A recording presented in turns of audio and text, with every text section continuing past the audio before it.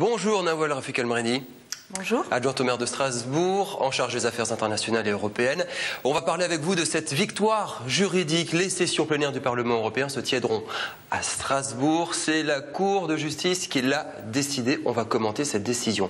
Je vous présente Louis de Nevers. Salut Louis. Bonjour. Louis a 16 ans, il est lycéen à Valbourg et il a plaidé cette semaine devant la Cour européenne des droits de l'homme. Il a participé en concours. Il a plaidé pour les malgré nous.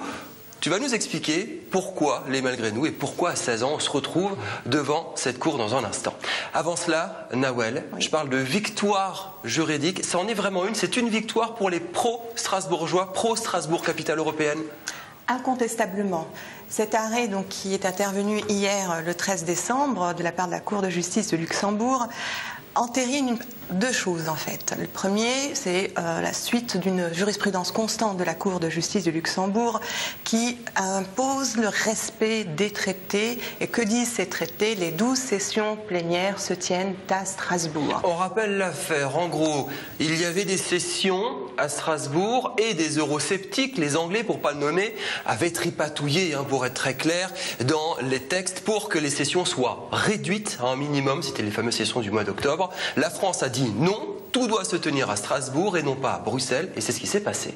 C'est un arrêt qui, à mon sens, va permettre de faire cesser le débat sur ces histoires de régularité des sessions qui est tout le temps contestée par ce qu'on appelle, ce que vous avez rappelé, les anti-Strasbourg. Et elle va plus loin, la Cour. Elle met le Parlement face à ces contradictions. Elle dit, mais vous, Parlement, vous avez des compétences élargies. Vous le savez, vous l'avez souhaité, vous l'avez obtenu.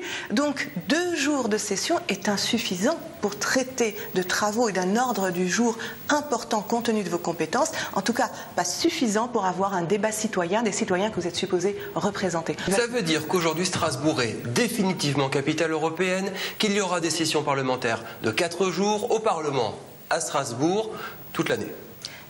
Strasbourg n'a jamais cessé d'être capitale européenne, avant ou après la décision. Mais il y avait beaucoup de doutes sur si le Parlement part, si les sessions s'arrêtent. Ces fameux députés qui ont demandé en siège unique à Bruxelles, il y avait ces doutes autour de Strasbourg et de sa capacité à pouvoir maintenir le Parlement. Il y a quand même quelques semaines, on disait on va mettre une super université européenne dans ce Parlement. Oui, ça c'est souvent des arguments qui reviennent et qui ne sont pas, à mon sens, sérieux. Mais vous avez raison de dire que l'arrêt vient régler un problème juridique, un problème technique, à mon sens, de façon définitive et de façon très intelligente. L'arrêt est très très bien argumenté, mais cela est assis sur un débat politique. Le débat politique, il ne faut pas l'oublier, il est mené pas par n'importe qui, il est mené, il faut le dire, par des députés anglais qui essayent de détricoter. C'est pas vraiment l'enjeu, c'est pas Strasbourg. Vous avez raison de dire pourquoi on vient tout le temps contester le siège du Parlement de Strasbourg et pas telle ou telle agence.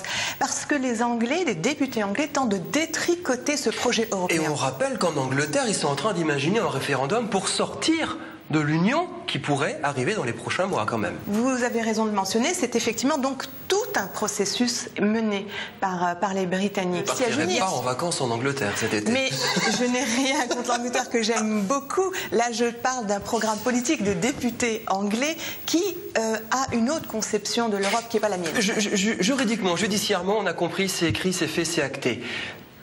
Est-ce que c'est vraiment réglé ? Au-delà de ça, je parle d'image, de décision politique. Est-ce que demain, après-demain, on ne trouvera pas encore autre chose pour dire que Strasbourg, le Parlement, ça ne sert à rien? Je pense qu'effectivement, il ne faut pas baisser la garde. Ça, c'est une victoire juridique incontestable. Il ne faut pas baisser la garde. Passons à Louis de Nevers. Bonjour, Louis. Bonjour. Louis de Nevers a 16 ans, elle vient de Valbourg. Louis de Nevers a fait un truc vraiment formidable, Nawal, on le disait tout à l'heure en préparant ce plateau. Il a plaidé devant la Cour européenne des droits de l'homme. Pourquoi? Il a participé en concours où il devait plaider, et Louis a plaidé pour les malgré nous. Exactement. Pourquoi cette conviction pour les malgré nous à 16 ans, Louis? Alors déjà j'aime énormément l'histoire, c'est quelque chose de très important pour moi. Et pourquoi les malgré nous? Je pense qu'il y a une injustice qui n'est pas réparée, si je puis dire.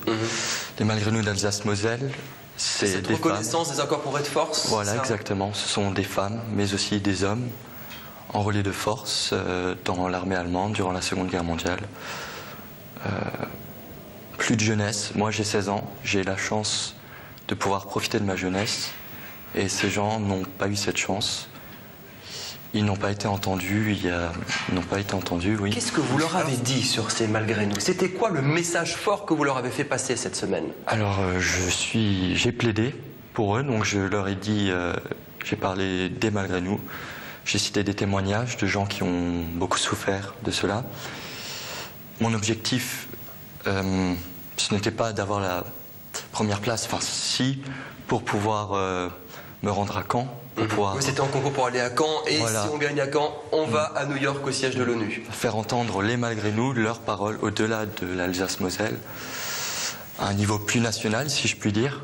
Je pense que c'est très important. Mais les malgré nous, il y en a de moins en moins, Nawel. Et de voir un jeune lycéen de 16 ans s'intéresser à l'histoire alsacienne et plaider les droits de l'homme à Strasbourg, Cour européenne des droits de l'homme, c'est plutôt étonnant quand même, c'est formidable. C'est formidable et je tiens vraiment à le féliciter. Au-delà du sujet qui est important qu'il a pris à bras-le-corps, c'est une performance à 16 ans de s'investir, de plaider. C'est un stress, hein, c'est l'avocat qui vous parle et non l'adjoint, hein, donc ce n'est pas un exercice facile, quel que soit son âge et a fortiori à 16 ans. Et ce qui m'émeut dans la démarche, dans ce que vient de dire Louis, c'est qu'il veut réparer une injustice, parler pour les malgré nous. À 16 ans, c'est formidable parce qu'il a 16 ans, il n'a jamais connu la guerre. Et quel merveilleux symbole de venir le plaider à Strasbourg, terre de réconciliation, devant la Cour européenne des droits de l'homme, qui est une cour, qui est une émanation du Conseil de l'Europe, qui a été créée à Strasbourg au lendemain de la guerre pour ne plus revivre cela. Donc vous n'irez peut-être pas à l'ONU, mais je vous invite à aller au Conseil de l'Europe, parce que c'est l'institution mère qui a construit cette paix qu'on vit aujourd'hui. Bravo, vraiment, j'ai même la chair de poule. Demain, ça veut dire quoi? Vous allez devenir historien, travailler sur les malgré nous, ça veut dire que vous allez devenir avocat, défendre les droits de l'homme quand même, puisque le but de ce concours, c'est d'inciter les lycéens à défendre les droits de l'homme mis à mal aujourd'hui. C'est une vocation possible, le droit, oui, parmi tant d'autres, médecine, politique. Je ne sais pas vraiment encore, j'ai encore un peu de temps pour choisir ma vocation future, mais c'était vraiment un grand plaisir, un grand honneur de plaider pour ces gens. Bravo Louis, deuxième de ce concours de plaidoyer sur les droits de l'homme à la Cour européenne des droits de l'homme de Strasbourg. Merci beaucoup Nawel Rafik El-Mreni pour cette victoire judiciaire. Les sessions parlementaires, ce sera à Strasbourg au Parlement européen et ce ne sera plus 2 mais 4 jours. 4 jours, on double le plaisir. Merci beaucoup Nawel, à très bientôt. Louis, bonne chance pour la suite.